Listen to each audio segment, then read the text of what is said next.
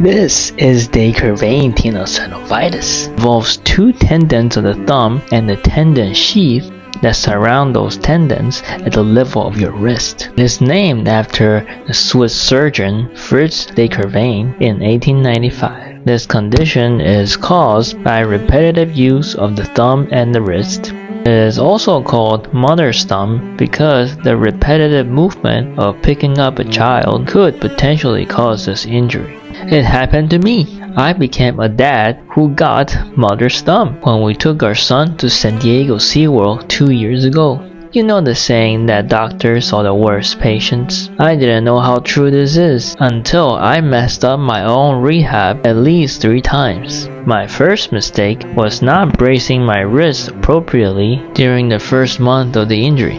This created a lot of unnecessary pain and most likely delayed my rehab. My second mistake was overstretching my wrist and thumb immediately after the injury. There is this test that you do for this injury called the Finkelstein's test. Guess what? You're not supposed to do this movement or any stretches like this more than once. This is supposed to be a one-time test for assessment purpose only. It is not an exercise for this injury. My third mistake was swatting a fly with my injured hand before complete recovery. You want to know how to rehab mother's thumb or gamer's thumb? I'll break it down into 3 phases for you. Phase 1 for the first month. This is what I call the protection phase. You're supposed to protect your wrist and thumb during this phase. This means bracing your wrist and thumb using a thumb and wrist brace. You can do some gentle stretching for the wrist. The only stretch that I would recommend for the thumb during the rehabilitation of this injury is the stretching of the thumb adductor muscle, because that is not the injured muscle. Phase 2 is range of motion and gentle strengthening.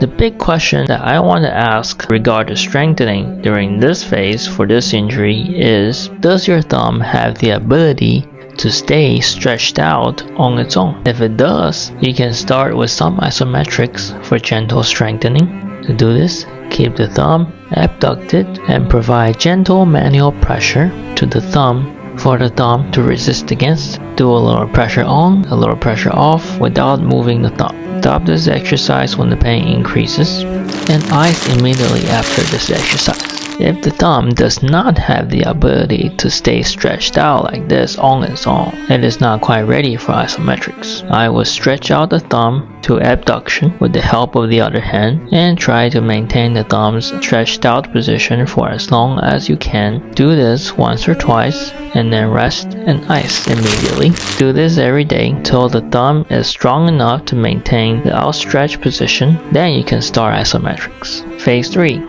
Active thumb range of motion and isotonic strengthening. The question to be asked for this phase is, does your thumb have the ability to stretch itself out all the way to the end of the range by itself? If you're not sure what the end of the range is, you can compare with your uninjured thumb to see. If it does have the ability to do this, you could begin isotonic strengthening, which is using either manual resistance or a rubber band. If your thumb does not have the ability to stretch itself out to do abduction on its own to the end range, you can practice active thumb abduction range of motion as well as phase 2 exercises, which includes your isometrics, until your thumb is strong enough to bring itself all the way out to the end of the range. Please do not rush the rehab process. I made that mistake myself. Each phase could take up to a month before you can move on to the next phase. There is really no set timeline for this. It really depends on the big milestones, the big questions for each phase. The big milestone for the second phase is whether the thumb can stay stretched out on its own without any help, and the big milestone for the third phase is whether the thumb can actively stretch itself out to the end of the range on its own.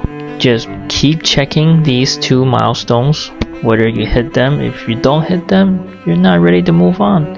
If you do hit them, great. Something that you should keep in mind of when you're checking your milestones for when you're transitioning from phase 1 of rehab to phase 2 of rehab, as well as from phase 2 of rehab to phase 3 of rehab, is the position of your wrist when you're checking for these milestones. For the phase 1 to phase 2 milestone, which is whether the thumb can maintain the abducted position on its own without being pulled back to this position. You're holding this position, it is better to set your hand on a table like this and check your thumb angle from here. This way you can make sure that your wrist is completely straight. Or you can put your wrist against the wall, abduct your thumb from this position. This way you can also make sure that your wrist is straight while you're checking for your thumb angle. The reason for this is, let's say you just hold your hand out like this, and for whatever reason your wrist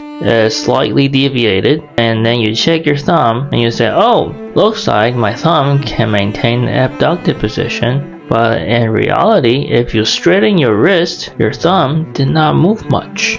It is the wrist. When you bring your wrist straight, the thumb still has this much more to go to be completely abducted. And it's similar when it comes to phase 2 to phase 3 milestone, which is whether the thumb can actively pull itself out to fully abducted position. You'll want to either put your wrist on a table or against the wall to make sure the wrist is straight first, and then check to see if the thumb can be abducted to the end of the range. What I just listed are only thumb rehab exercises. If you have other issues like wrist stiffness or wrist weakness, you should definitely do rehabilitation exercise that will benefit the wrist.